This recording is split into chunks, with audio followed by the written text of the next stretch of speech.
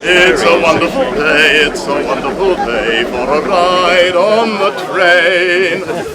April 2011, and Wales's latest railway is almost complete.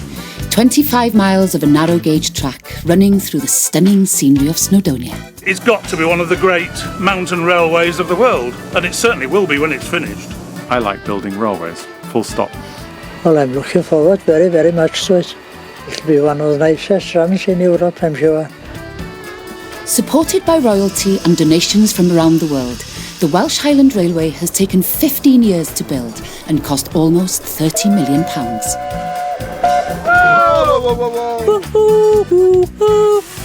But it hasn't been an easy ride. Many have objected to what they see as the defiling of a quiet valley in the national park. The railway's here and we can't do anything about it, we've just got to work around the railway. It won't succeed. The one before it didn't. It's just toys for rich men. But for the volunteers who do it for the love of steam, it's a dream come true. This is not an enthusiast railway. This is a railway.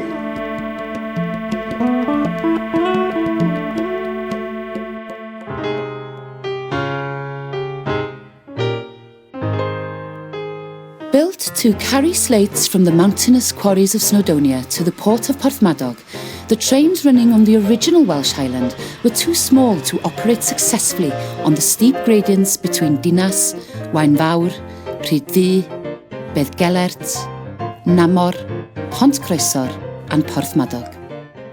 The railway went into receivership in 1927 and closed in 1937. Some, though, like retired local farmer John Pritchard, still remember it in its heyday. Well, I remember it's been built when I was very, very young, in the first place from Rhydd right through to Porthmadog. And I used to come up from the school at Beddgelert for a weekend with my granny up the road there on the, I think it was a 3 o'clock train, and drop down there after the little station and walk down to the farm. Yeah, I remember very well Miriam Roberts, she was about my age. She dressed up in Welsh costume, and I think she sold a little souvenirs in the station in Beddgelert. During the Second World War, the railway was stripped of sleepers and tracks, as metal of any kind was a valuable commodity in the war effort. The track bed was never sold off, but remained an entity, incorporated into fields, farms and footpaths. But the dream of resurrecting the railway held fast, and in 1996, after years of local controversy and thanks to the personal intervention of Transport Minister John Prescott, work finally began in Caernarfon. And welcome to the launch of the Welsh Highland Railway project. Delighted to see you all. Launching the construction of the railway is something we've planned for many, many years. The Welsh Highland project.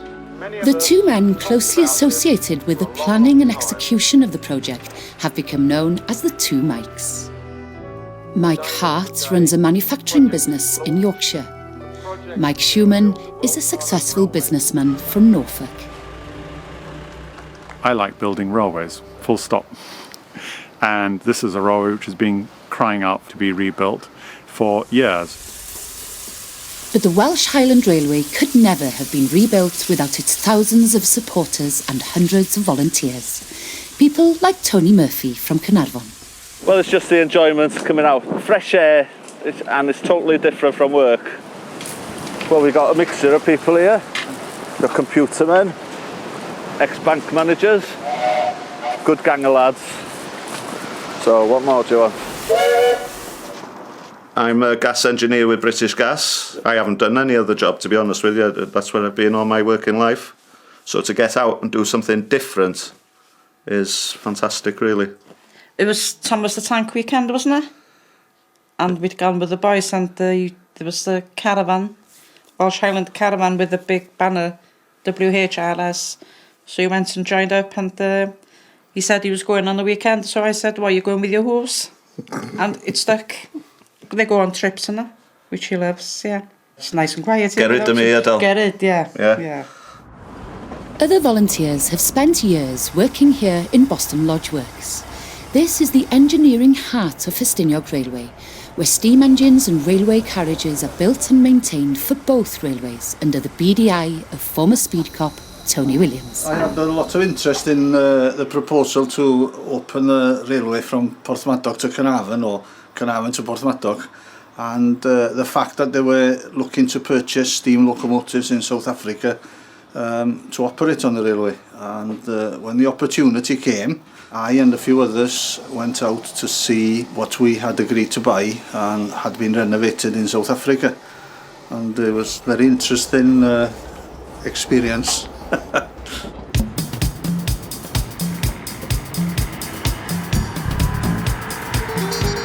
The new steam railway needed steam engines, and these were found in Port Shepstone on South Africa's east coast. The Bay Garrett locomotives that work the Banana Express line were probably the only ones in the world still capable of working the steep and difficult terrain of North Wales.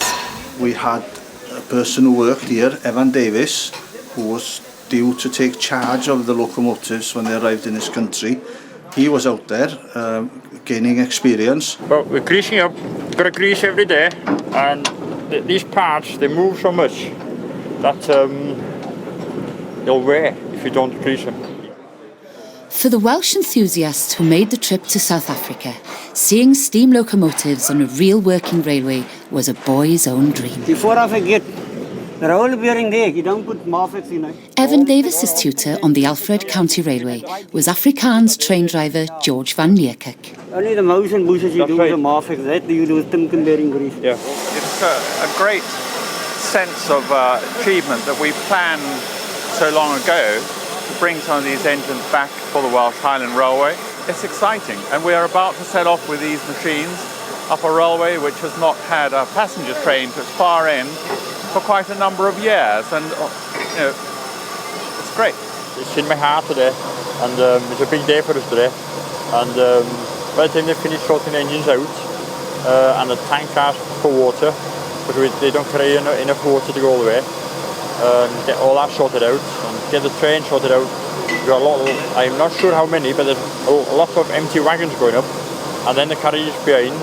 So once we get all that shunted on, we'll be going up to the Banana Express station then to pick all the travel from the Ffestiniog and the Welsh Highland Railway. And then once we got them on, we're away.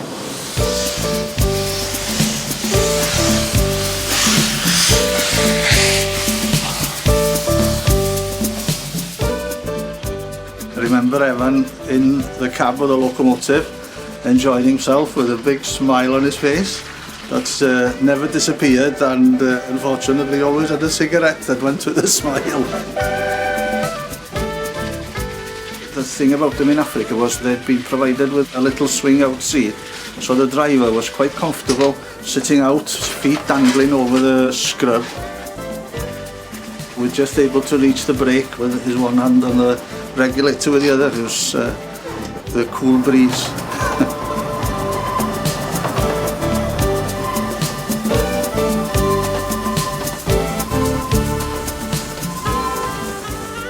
It's a huge undertaking to track down and transport two locomotives from the South African veldt to the mountains of Wales at a cost of well over £200,000. And to everyone involved, it's an amazing moment in the rebirth of their dream. Welcome to Alfred County Railway. Our own staff, John Wall, Evan Davis have been here and have mucked in, and were working even till late yesterday to make sure that our engine could go on your train. Hugh and Mike have provided the money to pay for the locomotives to be rebuilt. Mike, perhaps you'd like to receive a small memento, loco number 143. And Hugh, locomotive number 138. A small token of my appreciation to my tutor for putting up with me. It's that. That's my engine in Ffestiniog Railway. David Lloyd George.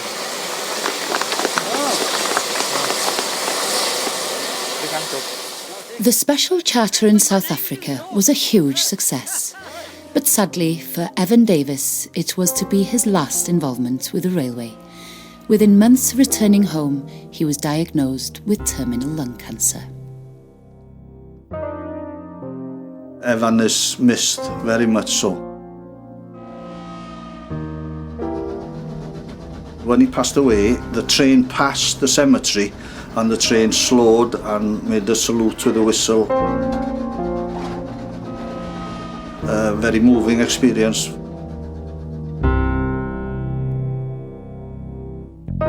I never thought that I'd be sitting here today with responsibility for the maintenance of all the rolling stock on both the Welsh Highland and the Ffestiniog Railway, but there we are. Perhaps it's just as well we don't know what's going to happen. After 9 long months at sea, the South African Bay of Garretts finally arrived in the UK, ready for restoration work to begin. It would be several more months before they reached the Welsh Highland Railway depot at Dinas near Carnarvon. It's the gala weekend of the Ffestiniog Railway. It's an event that we hold every 2 years or so. It gives people a chance to see aspects of the railway that they wouldn't normally see. This year, the main attraction are these Garrett locomotives that have arrived from South Africa. We've got the red one, which is in the condition it was in Africa, and the green one, for comparison, has been refurbished. With each and every step in the renovation dependent on securing new funds, the track began to take shape, winding down from Carnarvon through Dinas to the foot of Snowdon at Rhydd, the highest point of the track at 650 feet above sea level. We've been coming up here from Llechley, 129 miles, and I don't get anything from them. Well, it's so much of a thrill that I've been waiting for this to happen for about 3 years, but it's nice to see it getting there. Well, I live in Oregon. I've worked there for the last 20 years building the light rail system in there. And now that I've retired, I have time to come back and work on this from time to time. The more volunteers we have, it's another way of finding match funding, because every hour of volunteer work has a value placed on it, and that enables the Millennium Commission to release cash to us. So the volunteers are necessary, and hopefully we can attract them, as we do on Ffestiniog, by giving them self-fulfillment, so to speak, in the jobs that they do. Well, my name's Helen Streves, and I've come up with my husband, who's a regular supporter of the railway, and we come up whenever we can, really. It's very male orientated, really. But have good fun though when she does come up. Trying to persuade her to come up more often is the problem. It's nice to get away from Swindon, really. Well, the Black Hand Gang came about when everybody was getting black finger marks everywhere. And then, of course, this bloody Black Hand Gang have come being here again, because there was finger marks everywhere on the walls. And it's something that stuck. It's the North Wales Gang, the Black Hand Gang. Then you've got the other gang is the Rest of the World Gang. They're a miserable lot. Our gang has to go and redo what the Rest of the World Gang has done every time, because they just rush the job. They don't even stop for a panad. By 2003, the railway had reached the halfway mark. But with work still at a crucial stage, the Railway Inspectorate had not yet given permission for Ffestiniog to run passenger services to Rhydd. But they made one exception. Right, well, it's a very special day today. We have the Prince of Wales arriving in about an hour's time, and he's going to ride on the section between Wynbar and Rhydd. This train we've got today is it's a 1920s train, really. Actually, it's quite appropriate because it would have been typical of the trains that started running back in 1922-23 when the Welsh Highland was first opened right through. It's named after the then Prince of Wales in 1864, and he was later King Edward VII. It's a great honour that the Prince of Wales has asked to visit the railway and see what we've been doing for so many years, and it's doubly so that he's requested to ride in the train part of the journey and then join us on the engine from Snowdon Ranger up to Rhydd, and hopefully he'll want to drive the engine himself, and I look forward to it. They're not difficult to drive really. I think perhaps it's a little bit of hype regarding it. It's just experience. I'm quite sure he'll be more than capable of driving the engine. One or two of us were selected to stand at the front of the line, and he came along and shook hands with me personally, and other prominent members of the track gang as well.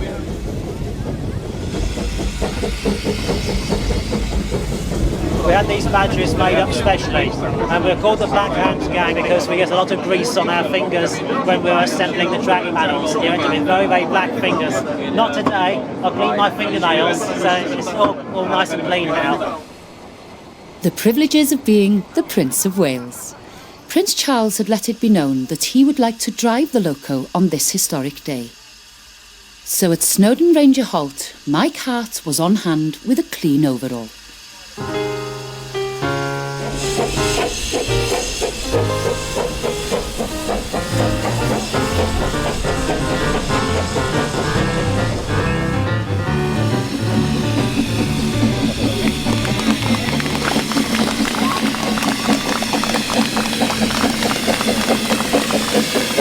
It was very enjoyable for me. He's an excellent driver.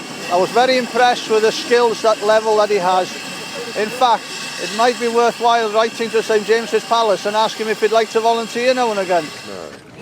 Since 1990, when the project kicked off, this is the day when we achieve the halfway point in the reconstruction of the railway. Trains reach Ridley, we can say to ourselves, we've done that, we've built 20 kilometres of railway, only another 20 to go.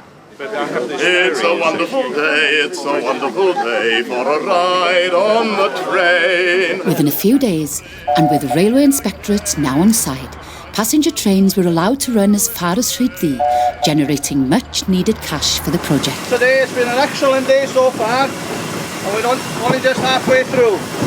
I think we're going to make piles and piles of money. I hope we are anyway. But not everyone was happy to see the railway reinstated. Many locals still oppose the railway on environmental grounds. Well, I think the most important thing is that it's taken a really quiet, secluded valley in Snowdonia with a national park where we're supposed to have quietness and quiet enjoyment of the countryside. And it's intruded with noise and bustle and things. And it's really been very difficult for us as a farm here. It's divided our farm into two, and it's made it very difficult to gather sheep and to deal with the sheep as we normally do. Well, I mean, how many people were tourists on that? It was all railway people again, wasn't it? They owe them a fortune in free tickets.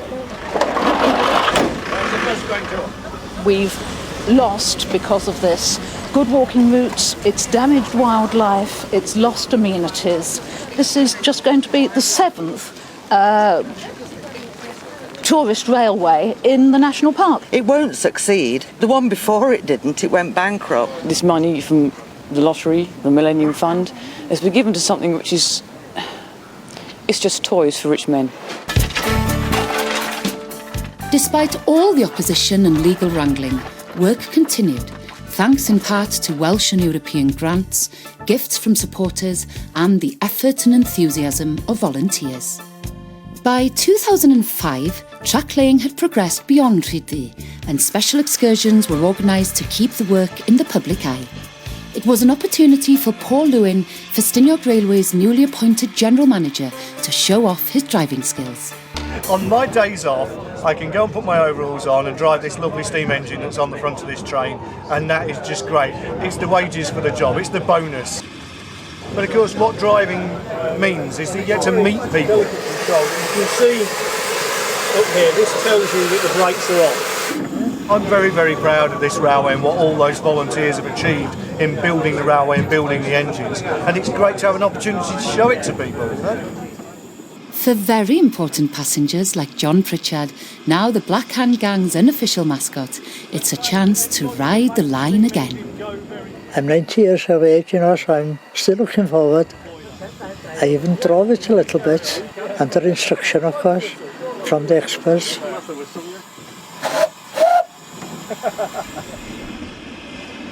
Well, I'm looking forward very, very much to it. Very much. It'll be one of the nicest runs in Europe, I'm sure. John Pritchard's neighbours are not so enthusiastic about the project. Hill farmers John and Gareth Owen are facing the biggest upheaval of their lives. The bottom land will be divided into at least 7 different parcels of land, which will create a lot of problems for us.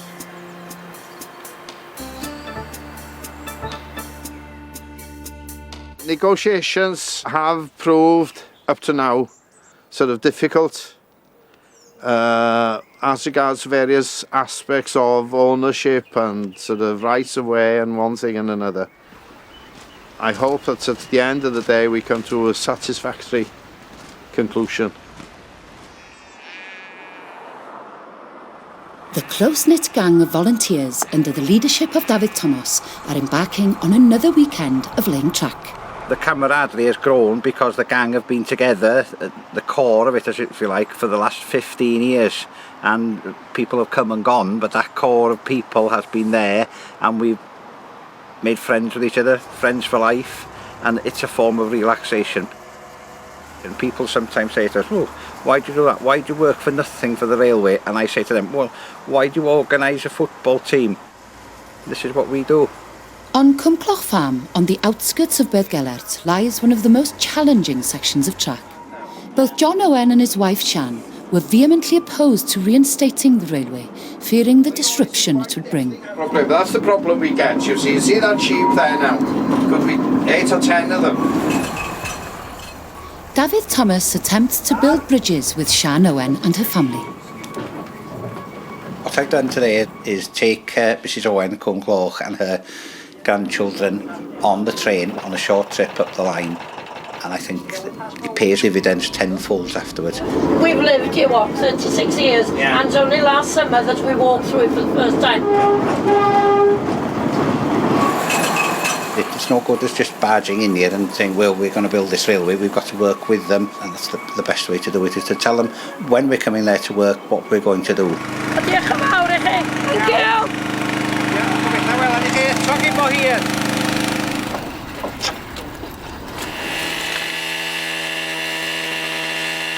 This area, Cwmcloch, is a very unusual bit of railway with a complete spiral. I mean, I'm not quite sure what the drop is in terms of metres, but it's steep all the way down. And this is one bit in particular that I've been looking forward to working on for quite a few years. 1, 2, 3. Oh, that was all right. Still creeping back a little bit. You still got Caernarfon gas fitter Tony Murphy is also here. Each length of track is 18 metres or 60 foot. There's 24 sleepers per length. On a good day we'd get 6 lengths down, so 360 foot of track down in a good day, you know. It is hard work, but it's only as hard as you want it to be.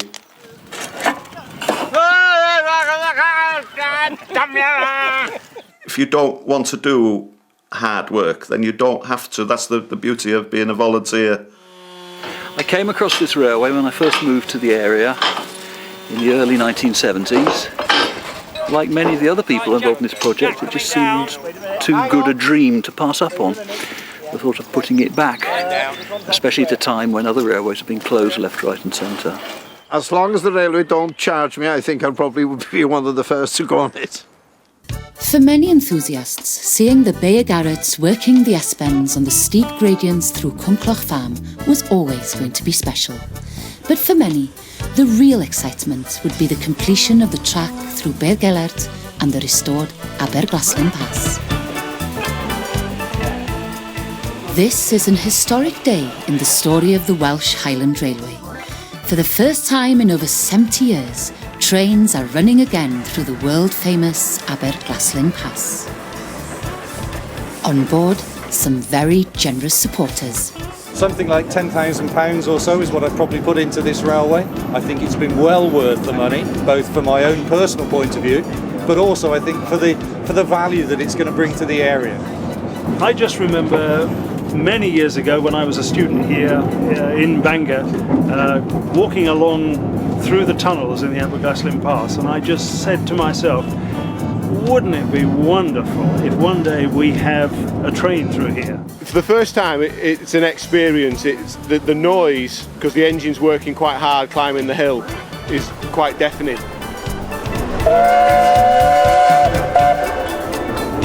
You just come out, burst out of this dark hole into this beautiful bright sunlight and one of the best views in the world, and it's just stunning. It really is stunning. It's a great thrill for me. I love seeing steam locomotives in operation, I have to admit. In that respect, perhaps I've never grown up. But it's also a great thrill to see this wonderful new resource for Snowdonia, for North Wales, coming into operation.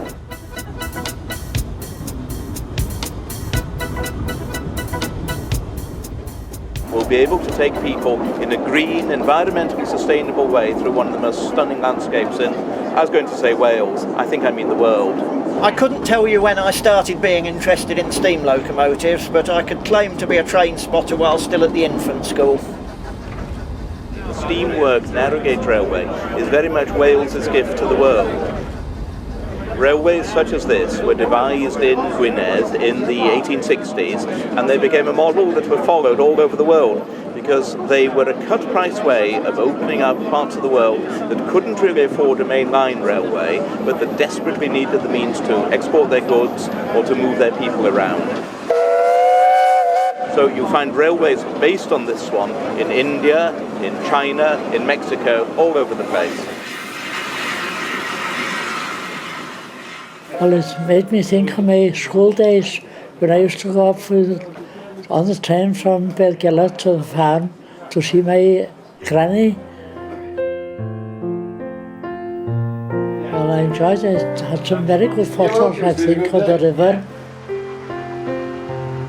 With the railway nearing completion and with only 4 miles to go, 93-year-old John Pritchard had set his heart on seeing the project through to the end. But it was not to be. For the Black Hand Gang, the death of their unofficial mascot remains hard to take. John Pritchard was quite a guy, really. He lived and died on a small farm just outside Beergellet. And it was a sort of inspiration to some of the gang, I suppose. You know, this man in his 90s, he is taking interest in us and in the railway and our achievements. It was great talking to somebody, actually, who had been on this railway originally. You know, it can only be described as a tragedy. The God didn't give him enough time to see the thing through. But he's watching from up there. I'm sure he is.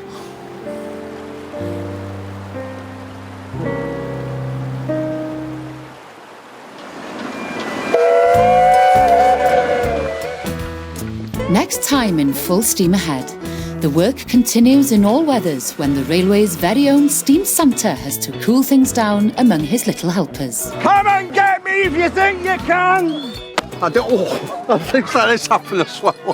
Completion draws nearer as a national celebrity is invited to declare the railway open. But there's sadness too for members of the Black Hand Gang as they contemplate what lies ahead. It's going to be strange. I'm a little bit tearful now.